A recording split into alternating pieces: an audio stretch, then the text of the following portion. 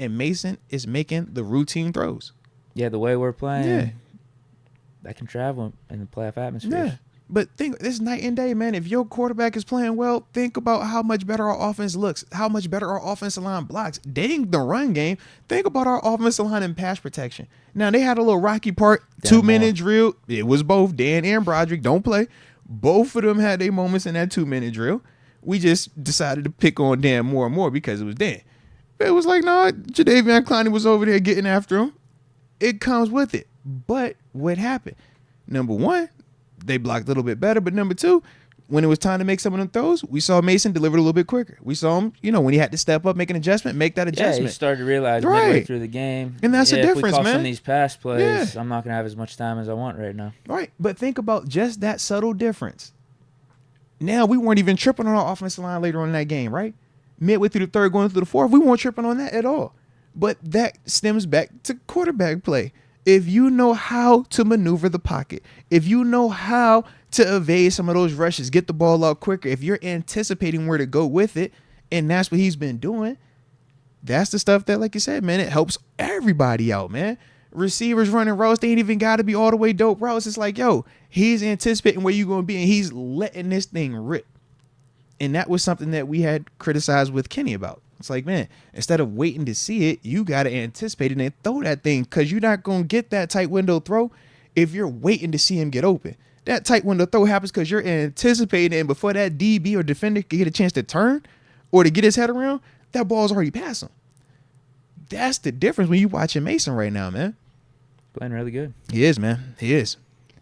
Josh is probably high.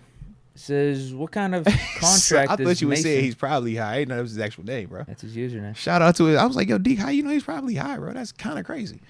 But shout out to you for probably being kind of high. All right, ain't nothing wrong with that, baby. What kind of contract does Mason get if he brings home a Lombardi? Blank check. If that number different, if they are sloppy wins versus dominating performances, sure. But I mean, if you win a Super Bowl, you're signing him on. You're the guy. Yeah. You're getting a $100 million contract. Sloppy perform. He had to have done something right for us to win a Lombardi. He will get a $100 million contract. That's what are we talking about? It's Mason Rudolph, bro. He would get the Geno deal right then and there. Just like, yo, sign him to it. Yeah, might be a discount. Low key. Bro, we talk about a Super Bowl, and he's already gave you 3 regular season games, too. It's not like we talking about the Nick Foles where it's just postseason run. Yeah, and it's not like Mason's in a Flacco scenario where he's about to retire next year. Or he's 38, 39. He's 28. He's like 28. Yeah. You could get a solid who knows how long out of him. Bro, they planned to what, 36, 37, 38? I think no matter what, you can definitely get a solid 5 or 6 years. Yeah. Guaranteed at least. Mm-hmm. Like he's still in his prime where shouldn't be losing anything in terms of talent or arm strength. And he plays the most important position. We've all seen the difference. Him in the roster or him in the lineup this season versus the 2 other guys that have had opportunities, and just the difference of how not only the offense has responded, the coaching has responded, and as a whole, just when you're watching it, the feel of it, right? It doesn't even feel as confident when you're watching it with, the other guys that have had opportunities this year. That's another part where you're talking Mason. That stems back to him as the leader of the team, as the quarterback. They go as you go, man. If you got that confidence, they're going to be confident. But if you're reckless, like at times we've seen with Mitch, we see the impact that can have also, man. It really just looks like a dude that matured and got better in his time of waiting. He ain't wasting no opportunity. While he had to sit on that bench and while he was passed over and at times disrespected, it's like, yo, all right, man, stick with it. Stay positive. Stay where your mind got to be at. And whenever the opportunity comes back around, man, make it happen. Bro, I watched the Tuck Rule 30 for 30 on Sunday morning. And it just got me thinking that sometimes all it takes is just these weird moments or weird opportunities. Opportunity, man. That things go one way, your career could end up one way. Yeah. They go the other, and it ends up how it is. Almost like the Tuck Rule. Like, they explained it with Brady. That's the difference, bro. They consider that a fumble. He's like, yeah, I'm probably not the starting quarterback going into next year. Different. They're going to go back to Bledsoe. Mm-hmm. So then what happens with him? Right. So in this case with Mason, what if he doesn't get that start against Cincy and they roll with Mitch or Kenny's healthy enough, they go with them?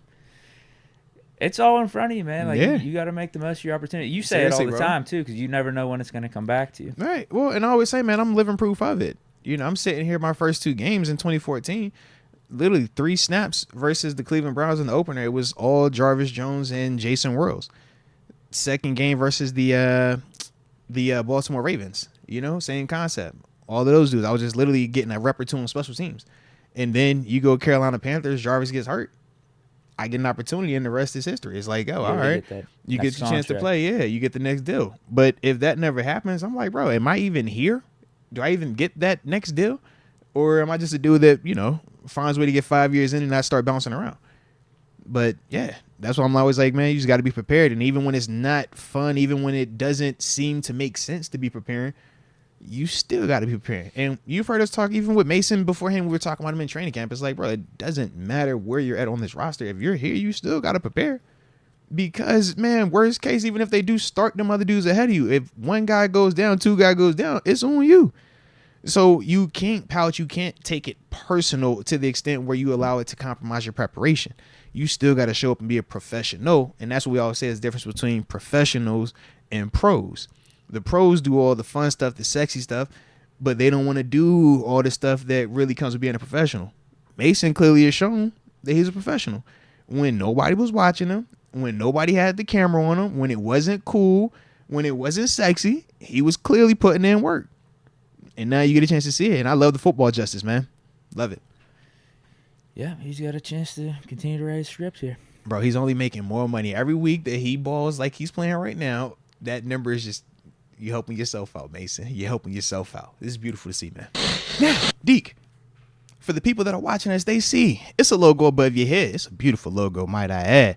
Says DraftKings Sportsbook. You know, the top-rated sportsbooking app in all of North America. I mean, it's safe, it is secure, and it is reliable, Deke. And that's the part that is so dope about it. I mean, shoot, who don't like to have a fun time watching these games?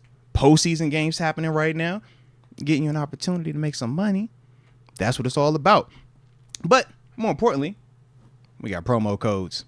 Promo codes. Okay? Promo code is MOATS. You download that DraftKings Sportsbook app, put that promo code in, make your initial deposit bet of $5 minimum, and you'll receive up to $200 in deposit bonus money. It is a dope concept, man. It's free money to use to get more potential money. All right? So, with that being the case, you know how we do, but at the same time, some people struggle. You or someone you know might have a gambling problem. Might need some crisis counseling or referral services. Well, if you live in New York, you see the number to text. But for everybody else, the number to dial is 1-800-GAMBLER. I said a 1-800-GAMBLER.